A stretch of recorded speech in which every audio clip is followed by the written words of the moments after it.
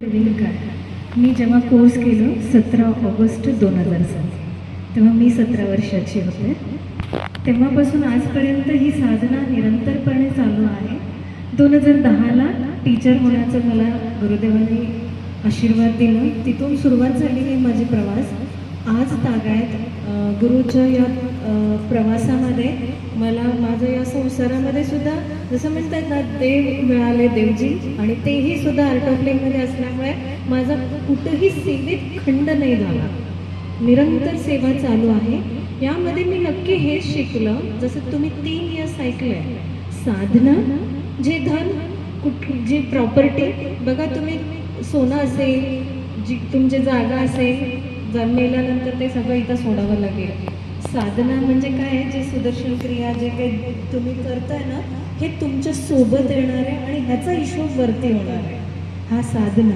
सेवा असा पाहिजे निस्वार्थ, ज्यामध्ये 1 रुपया सुद्धा तुम्हाला मिळाला नाही पाहिजे. इथे जे तुम्ही काम करता त्याचा पैसा मिळतो, तो सेवा मिळत नाही, तो आपलं काम झाला. बाहेर जावा, तुम्ही लोकांना तुमची अनुभूती सांगा. जसं सरांनी बोललं की छातीमध्ये मला रिकामा झाला, काय आता कोरोना काय आहे ते जवळून पाहिलं, हो की नाही. मग असे जे अनुभव आहेत लोकांना तुम्ही जेव्हा सांगितलं की लोकांना कळेल की काय ह्याच्यात निस्वार्थच आहे ना आपलं. मग काय कमिशन घेतोय का?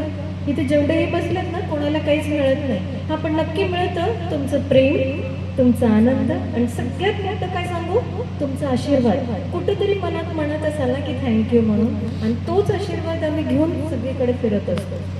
हे झालं साधना, सेवा, सत्संग, आता जे तुम्ही ऐकणार आहात.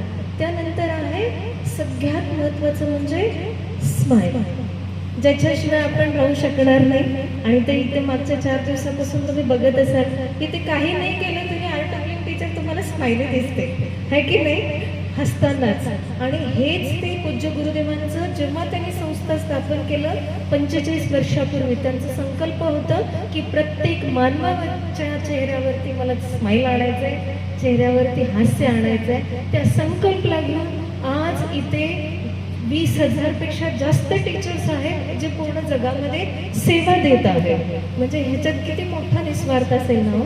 साधना, सेवा, सत्संग, स्माईल, आणि सगळ्यात मोठं तो आहे आपला सद्गुरू. मी त्यांना कधीही गुरु मानत नाही, खरं सांगते. सद्गुरू का मानते, गुरुदेव का मानते, कारण आजपर्यंत आपण मानव आहोत, कधीच असं होत नाही की प्रॉब्लेम आलेच नाहीये आणि एकदम जिंगलाला लाईट जिंकलं असं झालं का.